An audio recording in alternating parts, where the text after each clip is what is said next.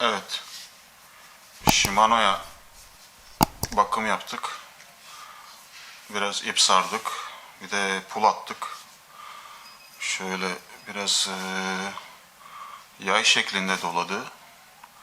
Ondan sonra kendi orijinal pullarından şu kutusunda,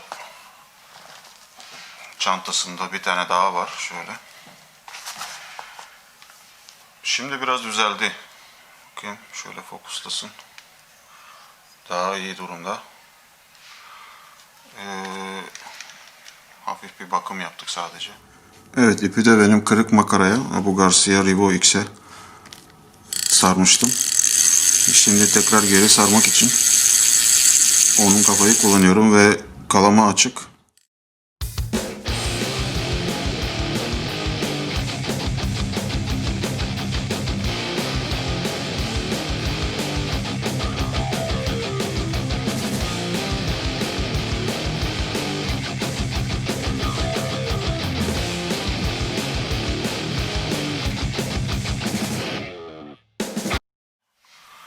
Zaten çok da derin bakım ihtiyacı yok makaranın. İşte her avdan sonra böyle ıslak mendille üzerindeki tuzlu suda avlanıyorsanız kum tanelerini, işte şuradaki bilyaya hafif bir yağ sıkabilirsiniz. Şuraya bir hafif bir damla yağ sıkabilirsiniz. Bunun dışında hani sapını çıkartıp şuradaki, bunların zaten araya tuz, kum tanesi girmesin diye her şey önlemleri var. Hafif sadece ıslak bir şeyle geçebilirsiniz yani üstünden. Çok zorlamadan. Bunun dışında özel bir bakım gerektiren bir makine gerekiyorsa zaten bu servisine gönderin veya bilen bir balıkçı servisi varsa, içini açma açısından konuşuyorum. Dışarıda herhangi bir başka bir bakıma gerek yok. Dediğim gibi her avdan sonra ıslak mendille hafif bir silme, işte bunu çıkartıp kum tanesi genellikle ve tuz biriken, ipten biriken tuzlarla bu bilyalı, dışarıdaki bilyalı olan yerlere, şöyle burası kafa, onun dışında çok da ayrıntılı bir şeye gerek yok. Ben de sadece 2 tane pul attım, işte bunu kafa çıkarttım. Ondan sonra böyle bakımı bu kadar. Sadece şunu da ekleyebilirim. Makine çok güzel. Sevdiğim.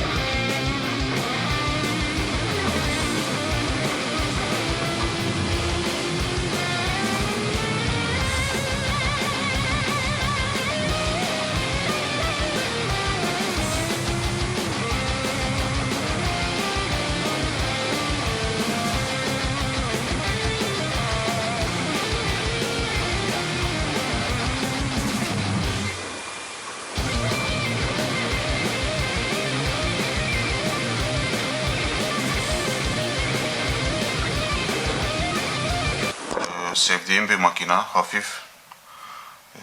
Bildiğiniz gibi Shimano'nun en üst seviyesi. 4000 kafa. Bu bir şey, limited edition. Bunlar 4000'e kadar yapılıyor. 1000, 2000, 3000, 4000. Diğerleri bildiğiniz gibi Stella'lar siyah. Bu bir önceki Stella. Yanılmıyorsam 4 yılda bir yeni model çıkartıyor.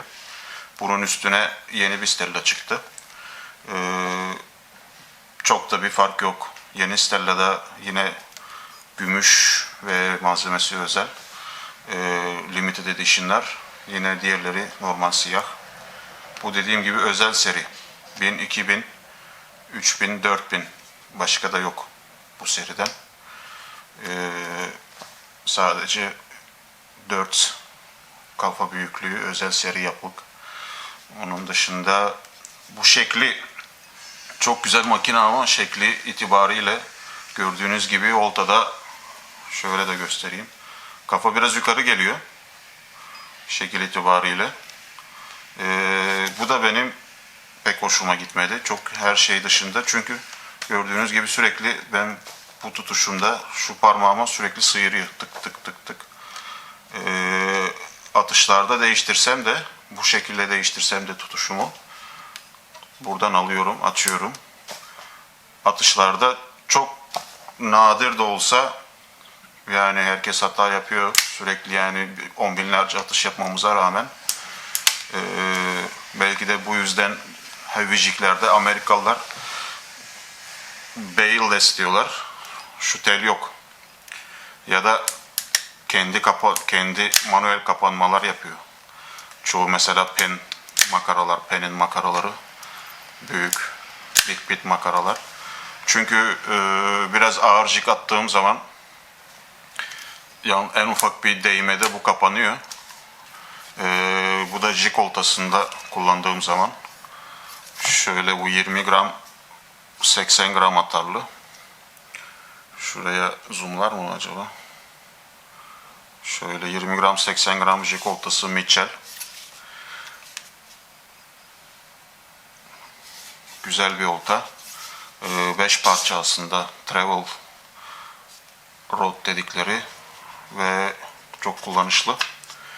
5 parçadan oluşuyor. Makaraya dönecek olursak bu şey sürekli diğer oltalarda da canımı sıkıyor aslında. Çünkü 3 tane de bir güzel rapalamı kaybettim bu yüzden. Yani birincisi Shimano Boxwing. Her yerde bulamıyoruz artık. Eski bir sahte olmasına rağmen daha ben bu geçen yıl keşfettim. Ve şu an en çok kullanmak istediğim sahtelerden biri. Çünkü özelliklerini bir videoda anlattım. Yani gidişi kurşun gibi. Elle atsanız bu kadar güzel olmaz. Plastik olmasına rağmen demircikler kadar mesafe alıyor. Belki de fazla alıyor. Dediğim gibi suyun içinde yüzüşü çok acayip bir sistem yapmışlar. 2 tane de böyle üst alt şeyi var. Videoya bakanlar. Dual VTD hareketi var. Ondan sonra çok güzel. Çok güzel bir sahte. Ne yazık ki bu makara o sahteyi kaybettirdi ona. 35 gram uzak atış. Yanlışlıkla parmağım değdi, kapandı. Olta sert, uçlu.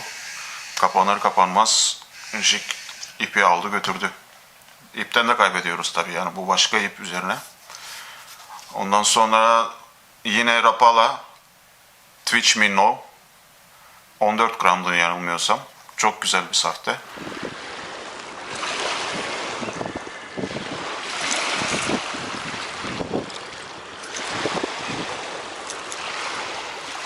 Sezon sonu sadece hani balık değil de yüzüş ve atış denemeleri yaparken yine pıt Rapala uçtu gitti. Ondan sonra demircikler bir iki tane öyle uçtu gitti. Yani sadece şu şekilden dolayı diğer makaralarda öyle bir sorunum hiçbir zaman olmadı. Bu makara öyle güzel jigler kopardı. Yani balık takılıp da çok büyük bir balık olmuş olsa da alıp götürse eyvallah. Normal atış sırasında işte bunu alıyorsunuz buradan. Atıyorsunuz. Bu atarken atış sırasında buraya değiyor bir şekilde. Nasıl değiyorsa oradan jig kopuyor gidiyor. Onun için belki mesela Vanstal veya Seabass makaralar var Amerika'da. Bunlar çoğu bailless diyorlar. Şu teller yok. Orijinal sadece şu kısım var. Şu kısım. Bu telin olmadığını düşünün. Sadece yani atışlarda öyle bir ağır atışlarda, ağır jiglerde öyle bir probleminiz olmuyor. Yani şu düşünsenize şunu sürekli parmağına, yani bu makara nereden baksanız 600 euro bir makara yani sonuçta sürekli Mercedes'in jantlarından sürekli ses geldiğini düşünün veya işte kapının sürekli parmağınızı sıkıştırdığınızı düşünün. Bu da aynı şekilde yani sürekli benim sahtelerimi kopartacak olursa başka bir şeyler düşünmek gerekiyor tabii. Artık korkar da oldum aslında yani şöyle çok pahalı mesela 10-15 euroluk bir sahte takarsam ulan bir şey olur da kopartır mıyım diye. Aslında biraz da çünkü ya normalde deneyim var ama her şey deneyime unutuyorsunuz yani sonuçta 1, 2, 3, 4, 5 daha sonra oluyor 100, 200, 300 atış yapıyorsunuz. Belki de fazla yapıyorsunuz bir günde. Onun için her zaman aklınızda olmuyor. Sadece bir yerde hareket gördüğünüz zaman açtın, kapattın, tak attın. Yani onu düşünecek haliniz yok. Her zaman onu düşündüğünüz zaman zaten 3-5 atış sonra bırakırsınız yani. Öyle. Şu şekli. Dediğim gibi makara çok güzel. Makara Shimano'nun en üst seviyesi. Bir tek bu şikayetim var. Bir de Shimano bu kadar pahalı bir makaraya, en üst seviye makaraya, yani bu makaraların Ferrari'si. Bu kadar pahalı bir makaraya Abu Garcia'nın, bu da benim kırılan makara. Abu Garcia'nın her modeline koyduğu slow oscillation diye bir şey var. Yani bu giriş seviyesi 30 euroluk makaralarına da koyuyor, 300 euroluk makaralarına da koyuyor. Slow oscillation, şu ipi dolarken şu kafa kendi etrafında bu makarada 22 defa dönüyor. Yani bu da atış mesafesini direkt etkiliyor. Yani bu kanıtlanmış bir şey. Onun için bu 100 euro makara Hollanda piyasasına da pek girmedi aslında. Bir girdi çıktı gibi. Ben bunu Polonya'dan almıştım. Ama bu makaralardaki slow oscillation'ı buraya niye koymaz yani? Var. Mesela Shimano Aero serisinde var bu iş. Hatta super oscillation dedikleri 50 defa şu kafa görüyorsunuz yukarı aşağı gidiyor. Bu kafa en aşağıdan yukarı gidene kadar bu tel kafanın etrafında 50 defa dönüyor. Ondan sonra tekrar aşağı dönene kadar bir 50 defa daha yani 100 defa tel kafanın etrafında gidip gelmiş oluyor. Bir yukarı çıkmada inmede. Bunda bu slow oscillation yok. Yani diğer makaralar da pek bu slow oscillation'ı koymuyorlar. Biraz pahalı bir sistem. Yani onu ayarlamak.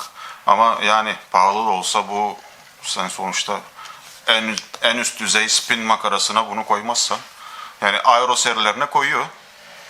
Big pit dedikleri büyük makaralara uzak mesafe atış. Bu da atıyor ama sanki bununla bunu karşılaştırırsan bu 100 euro bir makara, bu 600 euro civarında, şu an belki 400. Bunun atışı bundan daha keyifli. Bunu biliyorsun ki mesela bu gidecek. Yani bu belki de bu makaradan daha fazla atıyor. Ben bu makarayı bundan daha çok seviyordum aslında ama kırdık. Olsun. Bunun da kendine özgü bir sarma şekli var. Ama yine de slow oscillation kendini kanıtlamış bir sistem bence. Big pit, büyük makaralarda slow oscillation, super slow oscillation yapabiliyorsan keşke bunda da yapsaydın. Bunun dışında güzel bir makara. Dediğim gibi şu iki şey, şu hafif eğrilme, yani buna bu makaraya unique diyorlar. Yani buna özgü bir şey. Bana pek bu özellik çalışmadı. Bir de aradığım özellik atışlarda slow oscillation'ın olması. Çünkü ipi alt alta diziyor. Şu anda bu çapraz diziyor. Yani bu makara 22 defa dönüyor etrafında. Bu demek ki, şöyle göstereyim. Bu ip 22 defa böyle alt alta üst üste, alt alta üst üste. Bu o kadar gitmiyor.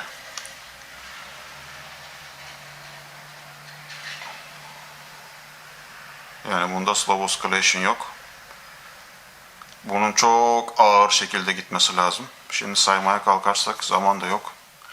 Onun için bu makara slow oscillation'la şöyle gidişe bakarsanız kafa dar gidip geliyor. Yani atışlarda da çok fark ediyor aslında. Atış mesafesini direkt etkiliyor.